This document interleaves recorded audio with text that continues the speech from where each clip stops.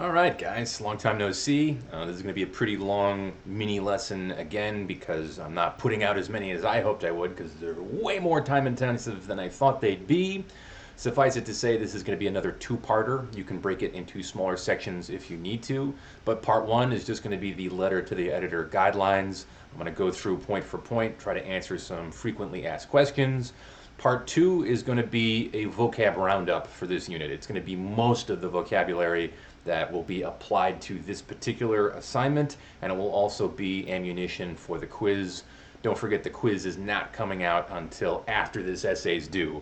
You want to make sure you're writing the terms down in the same part of your notebook, knowing that eventually they will show up on a quiz, but I'm going to go over the ones that are most helpful, the ones that will give you the best benefit grade-wise as applied to the letter to the editor, our next big assignment.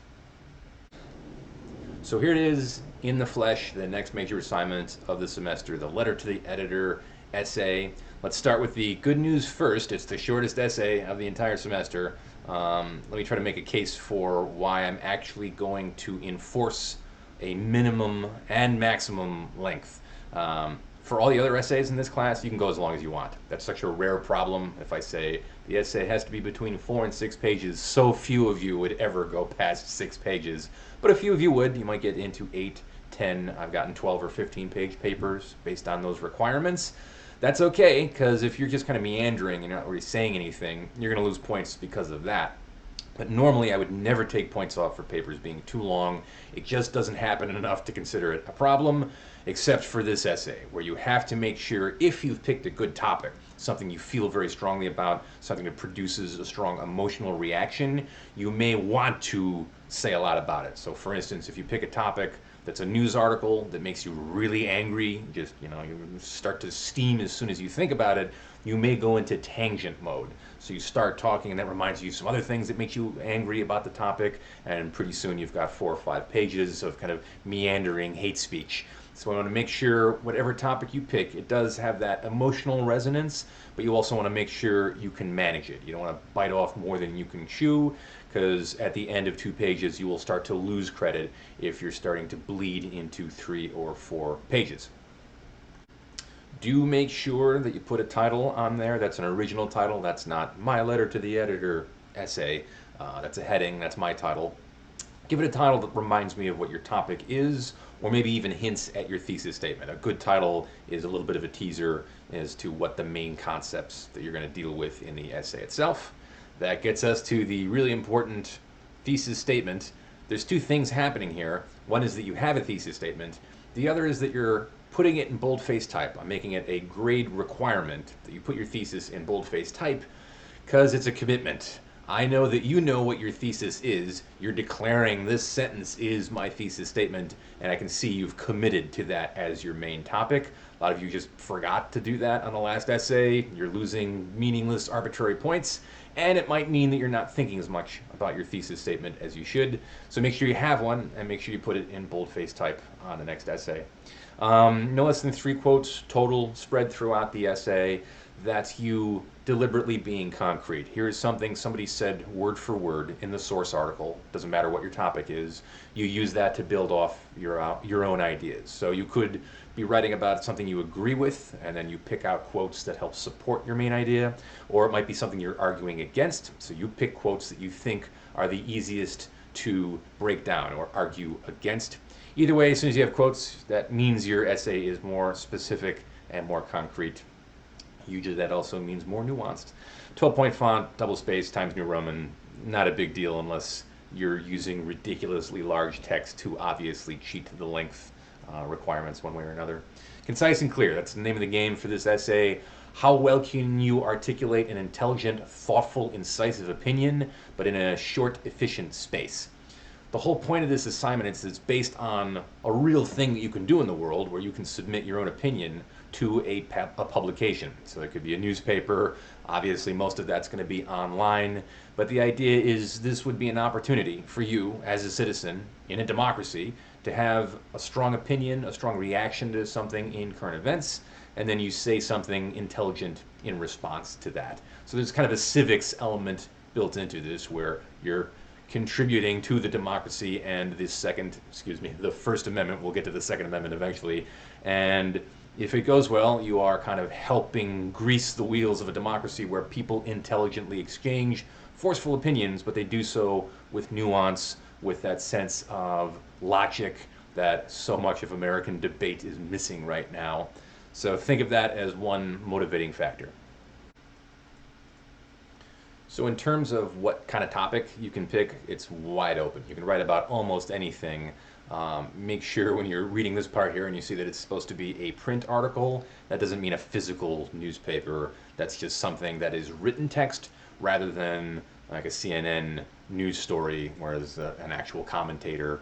Or a mistake that people make is they don't find a print article as a source and they just respond to a situation. They know that the election is happening and they have an opinion on the election and they just spend 1 or 2 pages. That's not going to work because it's too big. You need to find one specific article with a specific point of view that you can either agree or disagree with. That'll help your focus and that'll help keep the topic from becoming unmanageable. Keep in mind, anything goes. I'm going to use kind of current events examples. And if you want to go political with this essay, absolutely you can do that. Some of you are rolling up your sleeves and getting ready to talk about the election. Fine with me. I actually am really interested to see how the two plus sides try to engage an opinion that is clearly very fraught, very emotionally loaded, a lot of feelings on both sides. And if you can take that strong feeling and wrangle it into an intelligent, thoughtful, incisive 1 or 2 page commentary, fantastic. Does not have to be politics. Doesn't even have to be news per se. Could be a gossip column, celebrity news, something from TMZ. You're a car guy. Everything you think about is related to cars one way or another. You probably have websites that you will always go to. Totally fair to talk about the 2021 Mustang Shelby and whether or not Shelby is an appropriate designation. So it can be anything happening in the wider world as long as you can find a print article and then respond to that so you have a point of focus to make sure that your argument is as concise as possible. If you want to pass, make sure you've more or less met these bare minimum requirements. Clear, manageable point of view, that's just an original opinion that you've articulated thoughtfully, clearly, but in that concise, short 2-page constraint. Convincing and creative use of language to support your point of view. In the vocab section, I'm going to talk about some persuasive techniques. I'm not going to go into a full persuasive mini unit, but a couple of the key vocab terms will be about how you can be more effective being persuasive logically and how you might use emotions to help get inside people's heads. Make sure that you've got development. All that means in this case is you stuck to one topic. If you write or start writing an essay on one topic that reminds you of something else that you're angry about, and that reminds you of a third thing, and suddenly we're 4 degrees of separation away from where you started. You've only got 1 or 2 pages. Pick one focused topic and make sure you stick to it as consistently as possible. Cause and effect logic in your analysis. If you're complaining about a problem, are you able to use a little bit of cause and effect to explain where that problem came from? If you're going to talk about a solution to a problem, you have to know what the causes are in the first place. I'll come back to that when we talk about the vocabulary. And an effective conclusion, I had to add that because a lot of you forgot a concluding paragraph, even though in the directions it said, make sure you have a distinct intro and concluding paragraph. So I guess I have to say it again, make sure there is a concluding paragraph, something that wraps up your thoughts, talks about lessons learned, and revisits the thesis without regurgitating the intro word for word. If you're going to shoot for the refrigerator-worthy A or A+, here are some of the more subtle things you'd want to get right. You don't have to nail all of these to get the A, but they're kind of alluding to what might separate a B paper from an A paper. Potent, heartfelt opinion, that's hard to fake. That basically just means you picked a topic that legitimately produces a strong emotional reaction for you personally. It could be very positive, could be negative, could be fear-based, could be anger-based. It doesn't matter, but it's hard to fake. Some of you will have to, because the clinical incidence of sociopathy, like if you're a clinical sociopath, is 1 in 50 in America. So if I have 125 students, 2 to 3 of you are probably clinically diagnosable as being sociopathic or having sociopathy. That's okay. You're probably used to faking emotion and you'll get through somehow. The rest of you, try to pick a topic that actually does produce some kind of a strong emotional reaction, and the emotional authenticity should grow out of that. An artfully crafted body utilizing irony, humor, pathos, or just darn good prose. You don't have to do all of those. By all means, don't try to do all of those, but that suggests there will be some subtlety to your writing and ways that you can be persuasive beyond just brute force, just pure volume or using swear words to make your point. So some subtlety and some persuasive techniques. I'm going to come back to pathos in particular as an official vocab term. You probably got that in high school. I'll just revisit that in a way that it will hopefully help for this particular essay. A really good conclusion in this essay is worth more than in other essays. Here what do I mean by that? All the essays are 100 points each. So since this essay is the shortest essay, you could argue that it is worth more per square inch of text. So you've only got 2 pages, you've got fewer words, you've got fewer sentences, so each sentence is more valuable. And in this essay in particular, the conclusion is going to be particularly valuable. Sticking the landing could actually give you the biggest impact on your grade. So at this point, I don't feel like any of that wasn't too self-explanatory. I feel like you probably could have gotten that far without me adding any explanation or giving you more examples. But I'd say here in particular, make sure you know what I mean when I use these terms. Subjective versus objective. Those are official vocab terms if you don't already know what they mean. If that's just part of your vernacular and you just use those in speech and you kind of are comfortably aware of what those words mean, great, don't even worry about it. But I would write them down if you're uncomfortable with them, or if you're like me and you switch one with the other, you forget which one is which, then write them down. You want to make sure even if they're not an official vocab term on the quiz itself, they will be in a question where you have to know the term to figure out the correct term. So you'd have to know the difference between subjective and objective to understand the question correctly and then get the right answer in the multiple choice. So subjective just means somebody's opinion is overtly baked in. So what you are writing, your actual letter to the editor, will be a subjective piece. Your opinion should be obvious, it should be clear, and there'd be no confusion. Even just by reading your first paragraph, I should see your thesis, I should know your stand on the issue, and I should sense what your individual opinion is, which is the opposite of objective, which is supposedly, I'll come back to why supposedly and an eye roll. Supposedly it is opinion free, it is only the facts, it is more concrete. Textbooks are written in an objective voice. They are supposed to sound like nobody wrote them. They're supposed to sound like, here are the facts, it's an anatomy and physiology book, here's all the terms you have to memorize. There's no opinion, there's no analysis, you don't have to worry about any of that, it's just memorization. Newspaper articles are supposed to be objective. They're supposed to not have an opinion in them. But if you know anything about fake news, you know how easily that falls apart and just collapses. But ideally, subjective means the opinion is upfront, it is obvious, and it is part of the text itself. Objective suggests the idea that it is only the facts, verifiable, factual, concrete reality. So textbooks and newspaper articles should be objective by nature. Don't forget about option 3, though. I've actually gotten some really good A papers where you don't have to worry about objective, subjective. You find an article that you know is fake news. You're able to confirm that pretty quickly, cross-reference through Google. You're like, yep, this is obviously nonsense. Homework number 9 is a practice run for that. I just picked 2 articles that are definitively fake news. They're absolutely false, but they are presenting themselves as if they were objective. And a good approach to the paper might be dissecting one of those. You find an example of fake news in the wild, you dissect it, and you explain why somebody deployed it, and then correct that with your own opinion, your own analysis, and your own sense of why this particular piece of fake news was deployed into the ecosystem. So hopefully you guys know most of this stuff already, but plan ahead, be patient with yourself, try not to procrastinate, and be as specific as possible. I don't know if this is going to land because I don't know if a lot of you are aware of the fact that you hate Ernest Hemingway. If you do, it's probably because you had to read The Old Man and the Sea in high school. You should not be teaching that in high school. Suffice it to say, he was a newspaper reporter first, and he had a keen nose for BS. He was really good at figuring out when people were lying, padding, just saying something to make themselves look good. So he kind of made his bones being really good at being able to figure out who was authentic and who was just clearly making things up for self-interest. So that's an inspiration to you. That is one of the goals of the assignment.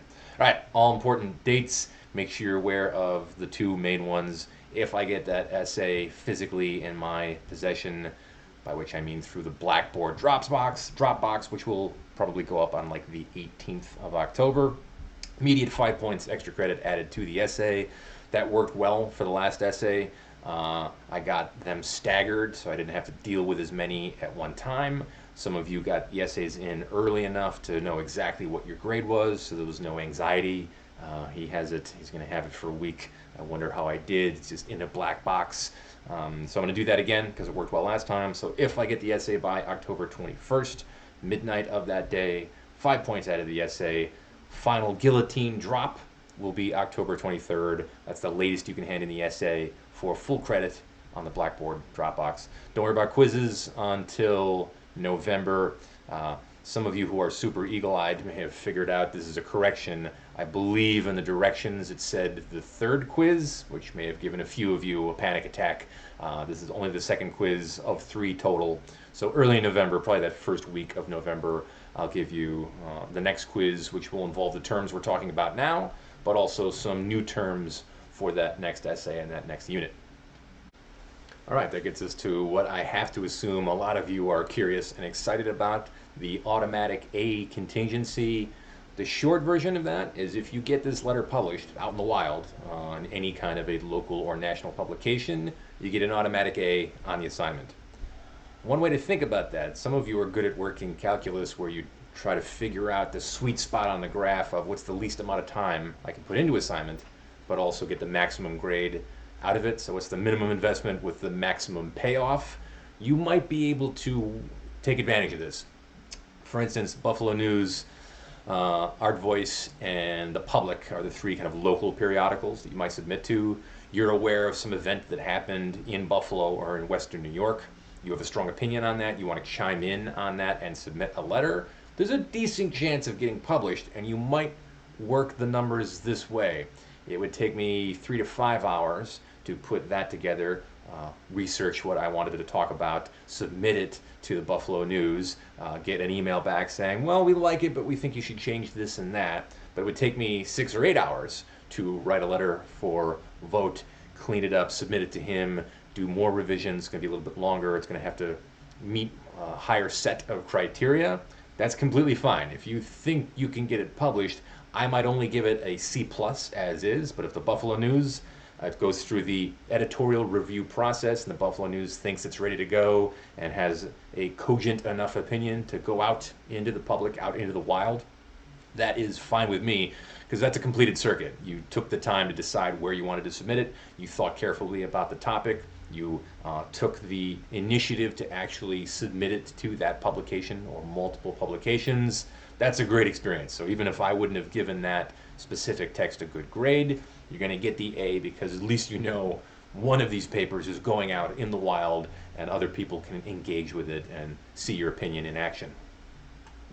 So that gets you a basic look at the letter to the editor essay itself. You can think of this as kind of the halfway point. So if you want to take a break, if you're on YouTube and you're skimming the video after the fact, you'll notice that my head goes from this size to being slightly larger as we go through the vocab. Don't forget this is the vocab that I think will be most helpful to get a good grade on the letter to the editor essay, but it is also vocab that will carry over to our 3rd unit. So when we have the 2nd vocab quiz, the 2nd key concept vocab quiz, these terms will show up on it. So they're official vocab and the things that should help with the letter to the editor itself.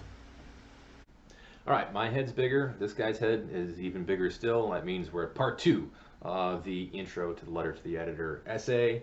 Think of this as the vocab roundup. I'm going to go through every term that I think is applicable to this assignment, and I'm going to give you a basic flashcard definition.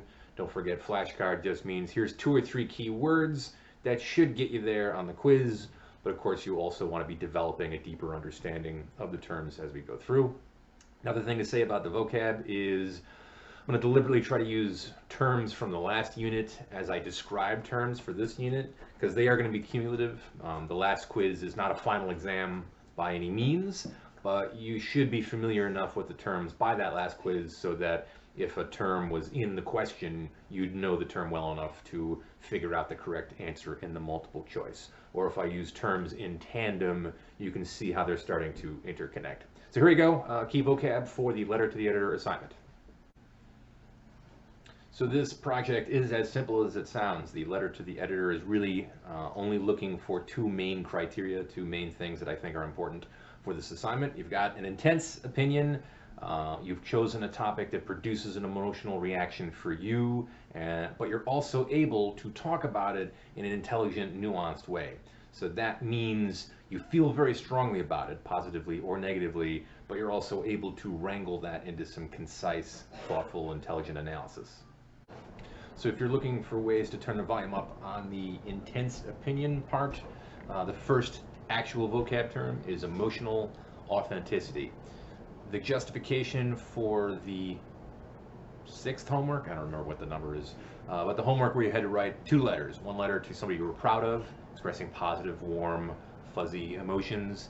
And the second one, the evil twin sister of that, talk about somebody who let you down or disappointed you or betrayed you. And most of you were very high on this score. You rated high on emotional authenticity. And I would say at least 2/3 of you were a little bit more loosened up, a little bit more articulate when it came to the second letter. In other words, when you were writing angry, you were writing a little bit more incisively and intelligently, perhaps because it's something you'd already been thinking about. So if you pick the right topic, and what I'd say is picking the topic is where you're going to get that emotional authenticity, something that really makes you angry or something that really is exciting and you're enthused about and it's part of your personal passions or hobby that you already have, the emotional authenticity should come through. So if you want a nice, simple, clean definition, it is essentially what it sounds like, honestly communicating feeling. So you have a feeling, whatever it is, and that feeling comes through honestly or authentically. Another paraphrase for that is being real. If somebody is being real with you, they're essentially expressing emotional authenticity. What does everybody hate more than anything else in the world? Somebody who's not being real with you, or somebody who's being inauthentic, or somebody who's posing. So all of those are violations of this human rule. We like authenticity. We like people to be real with us. And if you pick a good topic, a topic you feel strongly about, the emotional authenticity should just kind of naturally come out in the writing, as it did for most of you in the letters. I'd say 80% of you, either the positive letter or the negative letter, just seemed honest. It seemed very real. It seemed like you were honestly expressing that emotion. And that's all it means, is honestly expressing or articulating emotions. Like I said when I was going over the directions for the assignment, these next two terms are only official vocab terms if they're not already locked in. If you just already know how to use these terms in a sentence, don't worry about it. It's going to be fine. If you're either a little bit unclear which is which, or you're worried that you might confuse one with the other, write them down, get your brain familiar enough so that they're kind of on speed dial. You'd be able to very easily figure out the difference between objective versus subjective. The easiest is to think fact versus opinion. One of the casualties of doing this class online is I'd rather spend at least a class or two just on this. I'll come back to it when we get into research methods, but it sounds so simple. Well, there's a fact and there's an opinion, and it's easy to tell the difference between the two, particularly with the word fact. Like so many other words in American politics right now, it's a word that's been overused so much, it's almost meaningless. So in our current era of fake news, anger germs, the memification of American media, I don't think the word fact has the credentials that it once did. You used to be able to say something like, it is just a fact that the world is round, and you can't say that with the same level of tenacity that you used to be able to. So I'm going to make a suggestion. Memorize this phrase for the essay. You don't have to do this. I'm not going to take points off if you say it's a fact that something is true. But if you're going to make a claim that something is objectively factual, Think about whether or not you might substitute this phrase instead. Don't say it's a fact that the world is round. Say there is a consensus among experts that the world is round. The reason that's different is because that's provable. That's a falsifiable claim, and you could actually go and you'd find that 99.99% of scientists, not all, but 99.99% of scientists agree that the Earth is roughly spherical in shape as opposed to flat. Unfortunately, there are scientists who will take up that argument, but we'll get to them later in the semester when we talk about the toad theory. So in your letter to the editor, if you want to say something like, oh, it's just common sense, or it's just a fact that such and such is true, ask yourself, would it sound a little bit more nuanced if you said there is a consensus among people who are experts in this field that blank is true.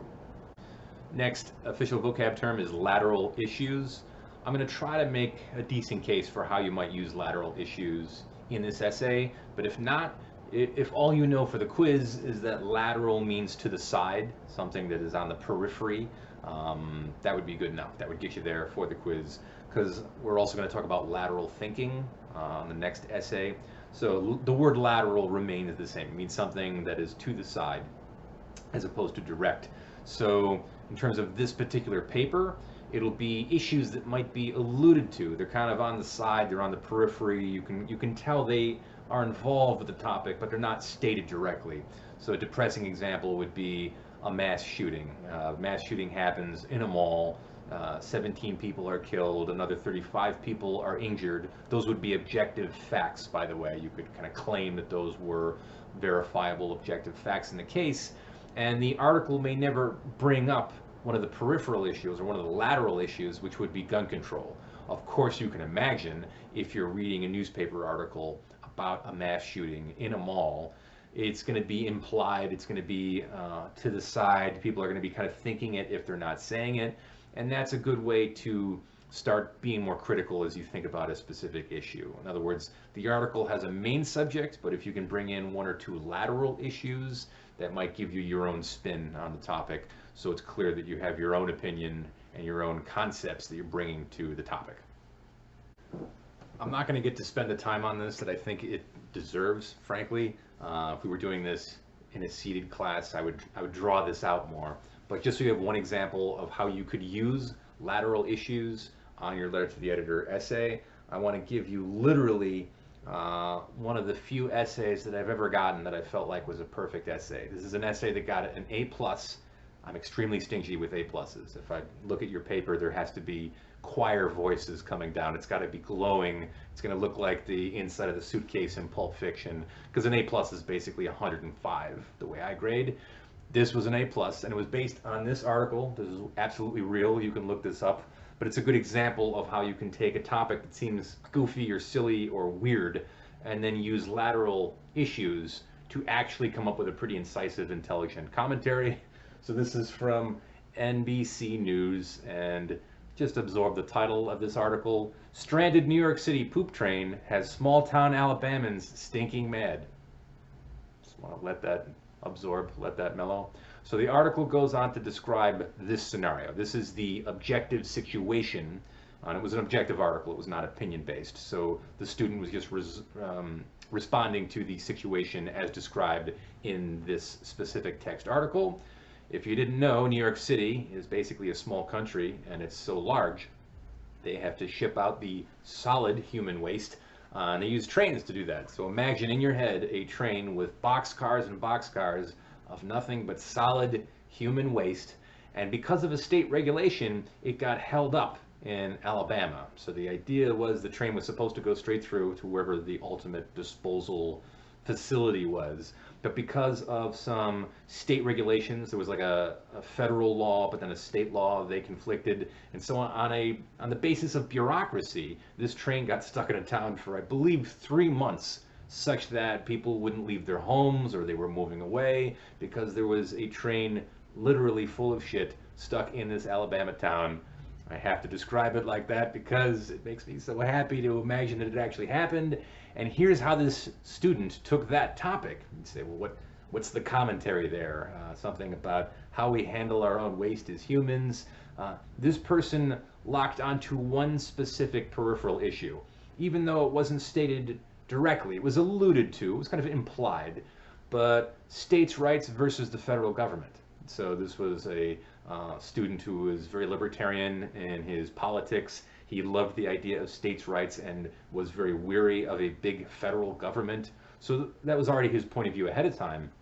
And what he was able to do was to take this topic, which seems ridiculous and absurd, but kind of use that to point out the absurdity of federal bureaucracy and what happens when federal bureaucracy bumps up against the state bureaucracy. So he actually wrote this really intelligent, thoughtful paper about how states' rights versus the federal government is a big concern in America, and he did it through poop.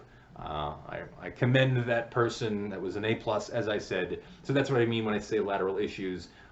This isn't necessarily an article about states' rights. This person felt like it was an example, though, of an issue they wanted to talk about. They had a strong emotional reaction to it, and they got an A+. Next up for a vocab term is context. For the quiz, all you have to do is write down one word. Just write down the word background. So the context is the background. That sounds so simple, why even bother? Why not just use the word background? Eventually, I want you to understand, as you did with the music essay, how you perceive the thing in the foreground is affected by the context. So you may have heard a song in one background and not thought anything of it, but then you heard the same song in a different background, a different context, and suddenly the song itself may take on more significance. So part of the point of that first essay was looking at how the background can affect how you perceive the thing in the foreground, the subject.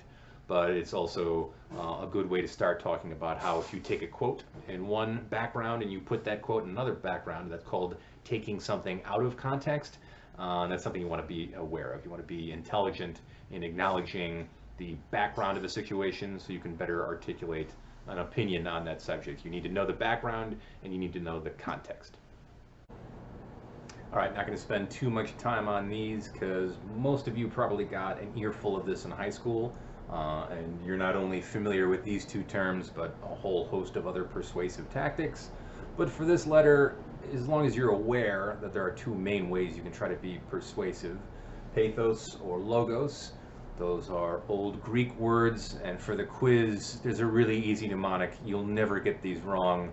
For logos, just remember L-O-G, and remember that the word logic also starts with L-O-G, because all logos is using logic to persuade. Here's where you use reason, cause and effect, statistics, a person's kind of real world understanding of what appropriate decision making is. So logos has the same first three letters as logic. That would get you there. For a flashcard definition, if you see the word logic or reason, either of those remind you that's somebody using logos to persuade. Don't forget about this one, though. This is the one that we're swimming in right now. If you did the homework with the anger germs and you understand how easily anger germs spread, you know that logic usually is superseded by emotion. So pathos, maybe that reminds you of pathetic, or seeing something that makes you feel pathetic. That's a kind of an intense emotion that might remind you of pathos. But for the quiz, as long as you remember that logos is the one that has logic in it. Let me give you two pretty basic examples. Again, I'm going to rush through this, assuming you got this in high school. But let's say you were arguing for making sure that you fix your pets, spay, neuter your pets, no matter what, cats and dogs. The logical argument might be this graph here. It's very clean cut. It shows the more people spay and neuter their animals, the less euthanasia, or the less murder there is in these kill shelters, right? So if an animal goes up for adoption or is lost and they wind up in a shelter, the statistics show very logically, we can only assume, or we can only conclude that it's a good idea to spay or neuter your pets on the basis of this nice, clean, logical graph. I should be playing Sarah McLachlan music over this photo, but this would be your alternative. Let's give him a name to make it even worse. Let's say this is Chester, and Chester was 6 years old when he was given up for adoption, and he spent the last 3 months of his life alone in a small caged cell surrounded by other dogs, all whimpering, all homeless, all orphans, and his last 24 hours, he just laid in his cell motionless, knowing that the next morning would be the needle because nobody wanted little Chester. He was part pit bull, and since the word pit bull was on the tag on the description of his for sale sign, that means he was doomed from the very start. So for Chester's sake, spay and neuter your pets. That would be pathos. I'm deliberately not making a logical argument. I'm saying, oh, look, he's cute and he's sad. And wouldn't you feel guilty if you made a decision that could lead to more sad, pathetic situations like this one? That one, if used correctly, is more successful. Teachers prefer logos or logic because it implies more reason and rationality, but you have to know if you've ever walked out of your house and been in the world of fake news, advertising, politics, and entertainment. Pathos is where the money is, right? If you can persuade somebody emotionally, you can override their rationality. Let me do one more quick example of pathos versus logos as persuasive tactics. Let me start by saying this is an example of a topic that I get a lot, as you can imagine, and there's kind of 4 or 5 topics: global warming, anything related to Democrats versus Republicans, Second Amendment rights, First Amendment rights, abortion, and legalization of marijuana at the national or federal level. Those topics by themselves are too big. It's not that you can't write about them for this next essay, but you only have 2 pages. Entire books have been written about this topic and about abortion and global warming, so you need a specific article to narrow it down, a specific law passed in one little location. But for the sake of argument, let's say you're writing your letter on some aspect of legalization of marijuana. Everybody may start with some similar logical appeals. So an example of logos would be, and I know some of you know the answer to this, how many people a year die from alcohol abuse or alcohol overdose? Something like 300,000, right? It's between 200 and 300,000 people a year in America die from alcohol overdose. How many people a year die from marijuana overdoses? I'll pause because some of you are like, oh, I know the answer. It's 0. And that's probably correct. It's probably relatively factual. So that would be kind of a logical appeal. If we create a logical analogy between alcohol kills around 300,000 people a year through overdoses and marijuana kills 0 people per year, that sounds like a nice, clean, actuarial argument. Doesn't necessarily produce a strong emotion, but it feels sensible, it feels logical, it feels rational. So same letter, but now I've given you some logic, I've showed you some facts and figures and charts, but now I want to try to hit you in your emotional soft spot. I deliberately want to try to circumvent your reason and logic and try to sneak through that with something more emotional. Instead of showing you graphs and charts, I might do something like telling you about my grandmother who was at stage 4 of her leukemia and the constant vomiting and nausea and muscle pains and the moans that she'd make at 3 o'clock in the morning, and I was helpless to do anything about them until a doctor, not her main doctor, but somebody off to the side, was able to suggest that she might try some medicinal marijuana, which is laser guided to things like nausea, muscle aches and pains, appetite, and chronic pain. And it was like a miracle. This person who wasn't going to live long anyway spent her final weeks or months in a much more comfortable situation, much happier, much more quality of life. So that would be a pathos argument. That's not necessarily logical. It has kind of an if-then feel, but really I'm just trying to put a picture in your head. Imagine this sweet little old lady, imagine her pain, her suffering. If you're a human with empathy, I may have been able to sneak around some of your logic with something that's appealing to your emotions. So just be aware that for this essay, you've got both options. You can be very logical, you can be very reasonable, but you can also try to exploit other people's emotions in a way where you might be able to make your point more effective by making an emotional plea.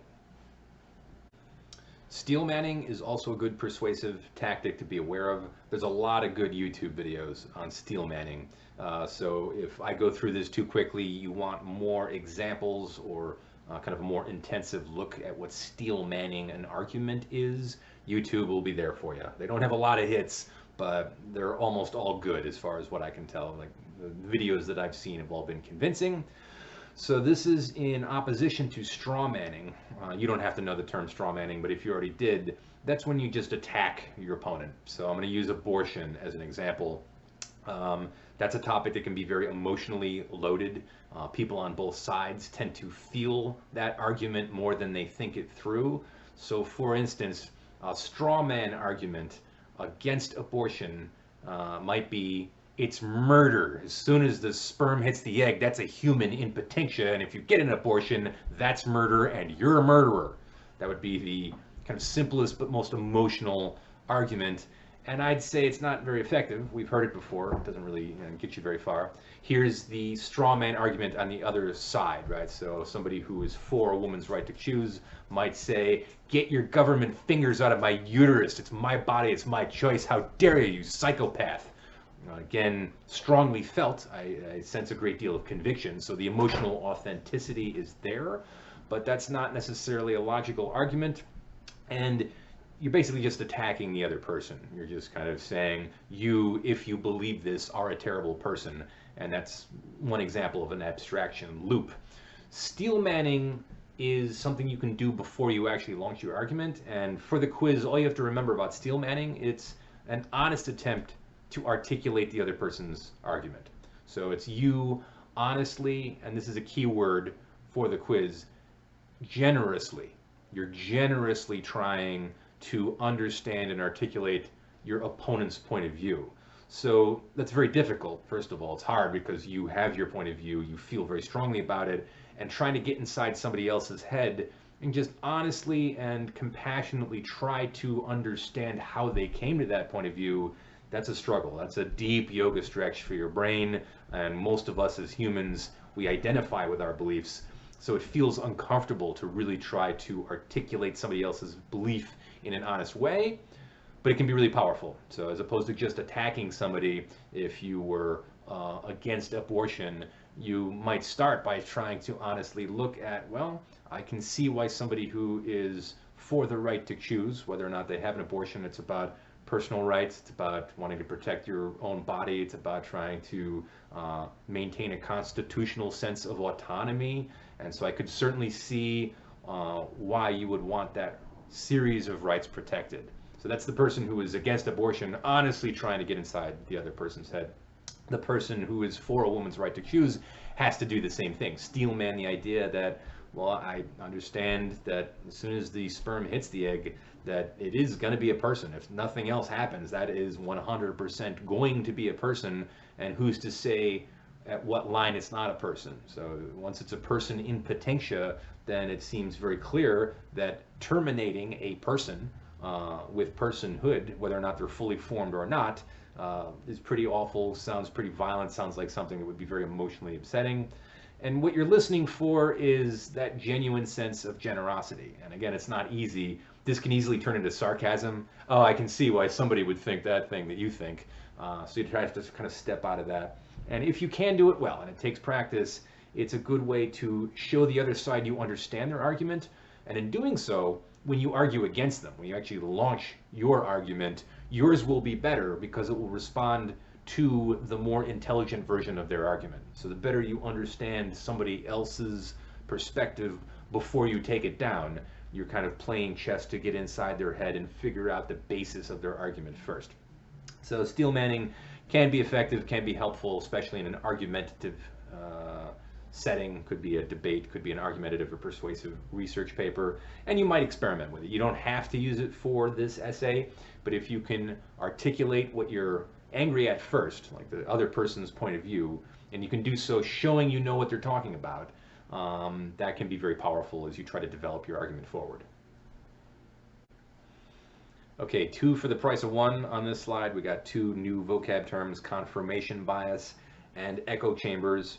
These are also terms you can look up online and get really good, thorough definitions, YouTube videos that give you a lot of examples. I'm deliberately pairing these though, because one reinforces the other, and once you understand one, I think you'll see how they can turn into a feedback loop. So confirmation bias, this is a good term to know because you can use it as an argument by itself. Confirmation bias is something you already believe very strongly. You'll tend to take on board the evidence that supports what you already believe. So let me try to give you a simpler version of that for the quiz. Your brain likes evidence that proves that it's right. So as an example, we'll use abortion again because it's emotionally loaded and it's relatively dualistic. There are two obvious sides to the abortion debate. If you are for a woman's right to choose, you think somebody should have the right to have an abortion, your brain is going to be naturally looking for evidence to confirm that it's right. And this is a key point. It may unconsciously be dismissive of evidence that contradicts the point of view. So in other words, you might do it deliberately. I have this point of view. I'm going to go to YouTube and look for evidence that proves that I'm right. That would count as confirmation bias. But it also is true that you may not know that you're doing it. It's unconscious and you just remember evidence that proves that you're right, and your brain may be a little more dismissive of things that challenge that pre-existing point of view. So confirmation bias is your brain tends to like to take on board stuff that confirms the things it already believes. So if you have a pre-existing bias, your brain just likes to have that bias confirmed. The reason that is on the same page as echo chambers, I hope it seems obvious to you that echo chambers are essentially boxes of people confirming their own bias. So if you got far enough to do the GCP Gray video talking about anger germs, at the end when he's talking about how butterflies pollinate flowers and flowers help butterflies flourish, he's talking about reinforcing echo chambers. So you got an argument online. What you do is you create a group of people who say, yeah, you're right about this argument that you're having with this other side. It's us versus them. And they will tend to reinforce each other, which makes the echo chamber stronger and larger. And then you get more confirmation because you have more people that believe that. And unfortunately, this gets to things like the Flat Earth Society, which is a chamber of people that all think the world is flat. They're all confirming each other's bias that the world is flat. The more they do that, the more convincing they seem, and the more people they pull in, until you have something like 22,000 people that believe that the Earth is flat on the basis of this feedback loop. So if it wasn't obvious, what I'm describing is kind of the next level abstraction loop. The whole point of the first essay was breaking out of the abstraction loop, talking about music, where you don't just support one assertion with more generalizations. The reason I think this is frightening is if you scale that up with these two terms, you create an abstraction loop that I'm worried might be destroying all of American politics, debate, and discourse in the modern age. Let me try to take a low stakes example before we get to the Second Amendment example. Let's say the dogs versus cat argument. Let's say, hypothetically, you're a dog person that you think that dogs are thoughtful, compassionate, and that's the reason that they make man's best friend, and that's why all cats are psychopaths. All right, so that's your bias, is that dogs are angels and cats are psychopaths that will eat you once you die. If you already have that bias, you're going to notice the news stories where a cat eats its owner after it dies, like 3 days into the mortality, like half the body's gone, and you might miss a few of the dog attacks. So your brain, whether you know it or not, might be subconsciously noticing, here's a dog that rescued a kid, here's a dog that helps detect cancer, here's a dog that helped a soldier get over PTSD. You're going to notice those news stories more, and you'll skip over the ones that say cats are more independent and in a way represent more independent owners. You may just kind of set that to the side. You may notice, or you may not notice, that people who own cats tend to have higher IQs than people who own dogs. You may say, well, I noticed it, but it's not that important, or I don't trust it. I think it's fake news. More importantly, your brain may just kind of set it aside. A week later, you may have forgotten you even saw that news story. So once you have the bias, that is going to create that sense of you absorb the information that proves that you're right. Maybe you only hang out with dog people, and of course, dog people are all going to agree, yeah, dogs are the greatest thing ever. They are angels in disguise, and that's going to reinforce your initial confirmation bias that dogs are better than cats. And then you'll also start to say things like, dog people are better than cat people. And then once you've created that, us versus them, that's the danger of what GCP Gray is talking about in the Anger Germs video. Once you have a group of people where it's us versus them, you don't really think of them as people. And you could do something simple like, oh, we're both pet people. We like animals.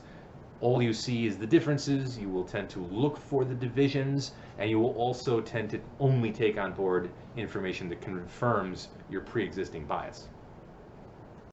So you start with something like dogs are better than cats, obviously, and that leads you to things like dog people are better than cat people. And so you've got the pre-existing bias that reinforces who you might hang out with. I'm only going to talk to my dog people about how awful and what psychopaths cat people are. That is going to continue to confirm your pre-existing bias. That feedback loop can expand infinitely, and if you're paying attention, I am making a case for what I think might be wrong with everything in American politics and discourse today. All right, let me try to give you one last hypothetical, and this is something I'm posing that I'm not confirming. I just want to pose it to you as a question and kind of see if it rings true to you or not. So I'm going to give you the 3 most common essay topics that I get.